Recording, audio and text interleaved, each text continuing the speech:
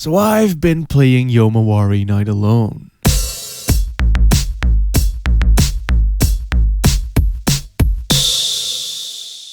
Ho ho ho! Merry Christmas!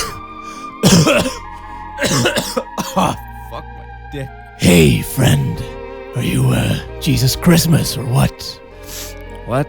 Yeah. What? So, how about you give us a little present then? What? Well, it's a good thing you asked, kind sir, as I was just about to give you...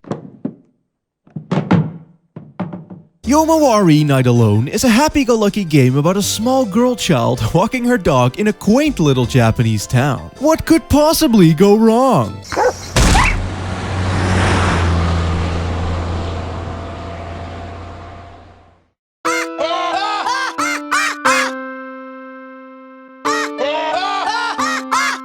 After running home, her sister's all like, Where's the dog? and promptly goes looking for him only to never return. So you go looking for her instead. And that's really all the plot you need. From here, you get to explore the town at night whilst being chased around by tall black dudes, making this sort of like an anime Slender Man. You get the stamina bar, the non-combat, the sneaking around, the running away, the occasional hiding, and the collecting of goblins. Only it expands in quite a number of cheeky ways by adding more traditional survival horror elements and some of the shit seen in games like the original Clock Tower, thus turning it into an actual game and not a running while drunk simulator. And the story also has a bit more to it, mostly as in that shit just got really incredibly dark and haunted for no reason, and that you'd probably want to put in a little bit of effort as to figure out why. Each chapter starts you off at your house, situated in the middle of town, from which you can travel off into a variety of areas taken from the generic Japanese story handbook. Sometimes the story will clue you in on a specific location, and other times you're more or less left to your own devices, being that you're required to free roam a bit to figure out what's blocked off and what isn't. This really simple mechanic actually simulates that lost child looking for older sister shit pretty fucking well. She doesn't know where the fuck anyone is, and neither do you. So you might as well start looking. The puzzles you'll encounter along the way are very much in the vein of Resident Evil, where it's more about finding the right item than solving a riddle of any kind. All of the game's locations are definitely their own thing though, so you won't be looking for a key fucking miles away and probably just need to check the district or building you're already in. Which makes the puzzles a teensy-weensy bit on the piss-easy side of things, but to balance this out, they added a shit ton of different enemies.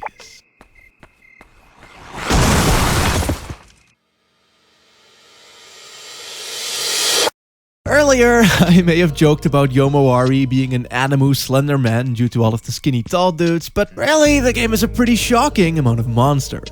The base set of mechanics to deal with these though are your flashlight and a stamina bar. You see, most, if not all dudes, are entirely invisible to the naked eye and will only appear within flashlight range. And because of you playing as a small defenseless child, anxiety is also a bit of a thing. So the on-screen stamina bar you see while running will be greatly diminished once close to a ghost. They really did a pretty great job building all enemies around these two very simple ideas. There's these weeping angel-like kids that'll start tailing you the moment you run away, draining your stamina until they eventually catch up. There's big piles of dude who charge at you, rock boys that trigger upon light shinage, and audio-sensitive enemies one needs to sneak around. By combining these in interesting setups, the game ends up with some pretty tough and honestly quite exhilarating sequences where you really need to think fast and move cleverly in regards to when you'd want to run or where you want to shine thine light. And outside of that, it also has a couple of traps, not even the fun kind, and some story-related boss-type monsters. In short,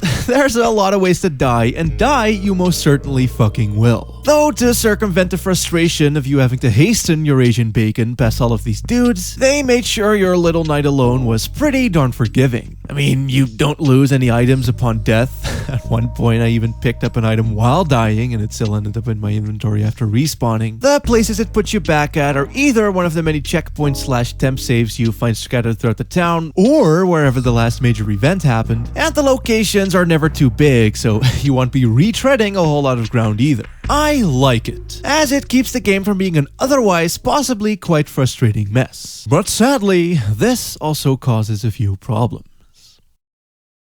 The biggest problem and or major convenience being is that the checkpoint statues also grant you the ability to teleport to any other statue on the map. To actually save at these, you first need to place a cheeky yen coin, so kinda like the ink ribbons in Resident Evil, only then not at all, as there are places where they actually seem to spawn almost infinitely. But anyway, because of you only needing to touch them and not actually had to have saved at one of these to be able to teleport, you technically only have to save the game once. I mean, why not just teleport to where you were once you respawn, right? Then, there's also the issue of some of the mechanics going a bit underutilized, like being able to hide in bushes or throwing certain items to distract dudes. As there's only a few times where either was absolutely necessary, all of which were so clearly hinted at that it was hard not to see it as anything more than a quick story-related gimmick. And the biggest issue to me is that when a monster kills you, you get the same generic blood splatter Photoshop brush PNG with the same cookie cutter ketchup sound effect every single time. There aren't really any stakes basically. Dying is only scary for the first few times due to the fear of the unknown, but once you realize how lenient and simple the game is, it turns into a bit of a fucking joke. Though that's certainly not for a lack of trying, mind you, as atmospherically, artistically, and spookily, this game is fucking brilliant.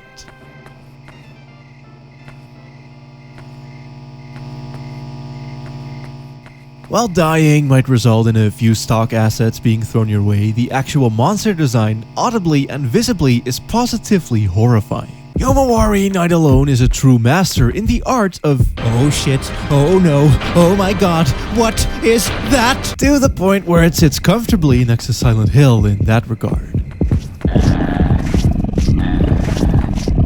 Two elements play into this really well. My favorite being is that you can only hear what's in direct earshot of your ear. So even when passing by a vending machine, hearing the electric buzz is a tad off-putting just because of the noise slowly fading in before you're able to identify shit properly.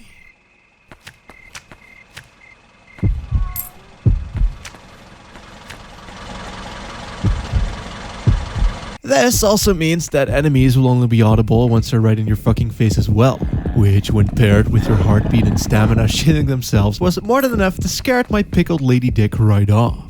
And on the flip side of this is the fact that the game is almost entirely silent.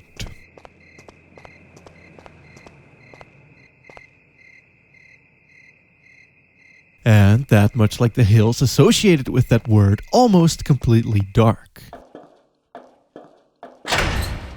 You can't see the ghosts without your flashlight, and you're unable to hear them without being nearby. That is good. Even while knowing how lame the death scenes were, I was still on edge, at least in some capacity, for the entire 4 hours that I spent with it. Especially because the game does have some very rare jump scares, and that even when I could see what I was seeing, I still wasn't sure what the fuck I was seeing. Fucking bundles of ears, eyeballs with teeth, the giant district-eating centipedes, spinning traffic light boys. I don't know. It even indulges in the old faithful survival horror chestnut of really fucking awkward controls due to the isometric perspective, rapidly depleting stamina, and the somewhat stiffer gridlocked movement, making dodging dudes actually pretty fucking tough. Every time I got by, I did so by the skin of my dick, so to say. It's kinda what I'd imagine Resident Evil or maybe even Fatal Frame would be like without combat.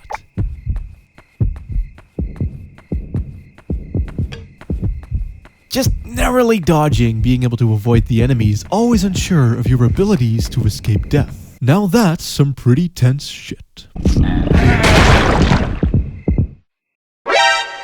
Though part of that might also be because it hasn't adapted to the PC all that well. Like, it uses a twin-stick-ish control scheme with both the flashlight and the walking of the feet, which is neat, but does not work with the mouse and keyboard despite that being what it defaulted to. I had this entire rant written down, going in-depth about why none of the control schemes worked. But it was boring as fuck to listen to, so you'll just have to take my word for there not being a proper way to twin-stick flashlight and walking with how they want you to play the game. Luckily, it works with the PS4 controller, which is clearly what it was designed for as well, considering that it was a Vita game originally. But then there's also no way to turn off the fucking mouse controls while you're doing that, leading to it sometimes fucking up your cursor when in menu or just being being an outright cunt in general by staying on screen at all fucking times. Not to mention that setting up the controller was a right bastard as well, as the controls it started off with were, obscure at best. Like selecting an option in menu being done with triangle instead of X and O obscure.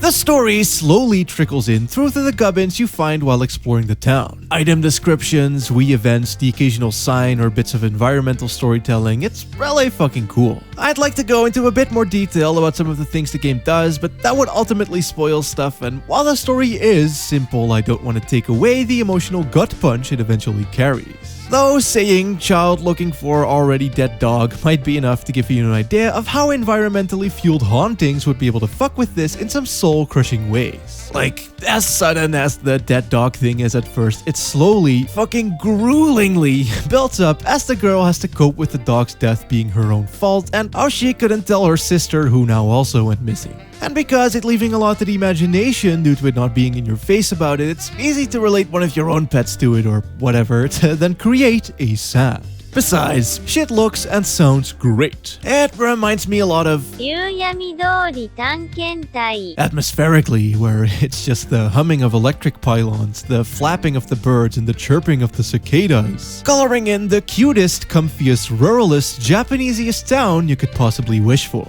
And it totes has that PS1 aesthetic going for it as well, with the fonts, the menus, and especially the loading screens. And I mean, the backgrounds with the hand-drawn, caked-in lighting and the cheapy but not weeby character art is rather Ghibli-like, yet still proper spooks despite that. So, yeah. It's definitely not perfect, but it's not exactly expensive, and if you just so happen to like the weird, obscure Japanese horror side of things and are a bit bitter about all of those succulent PS1 and 2 games that never made it out of Japland, then you might want to fucking play it, mate. It's on the Vita, a console that I'm sure you own, and it's also on Steam. As I said, it does take a bit of effort to set up the controls properly, and not being able to turn off the mouse cursor is a royal pain in the labia. Not to mention how it's piss fucking easy due to its brokenness and not as scary as it potentially could have been. But once it worked and I got my bearings, I had loads of fun exploring this crazy, noisy, bizarre town. Oh my god, was that a JoJo reference? Whoa!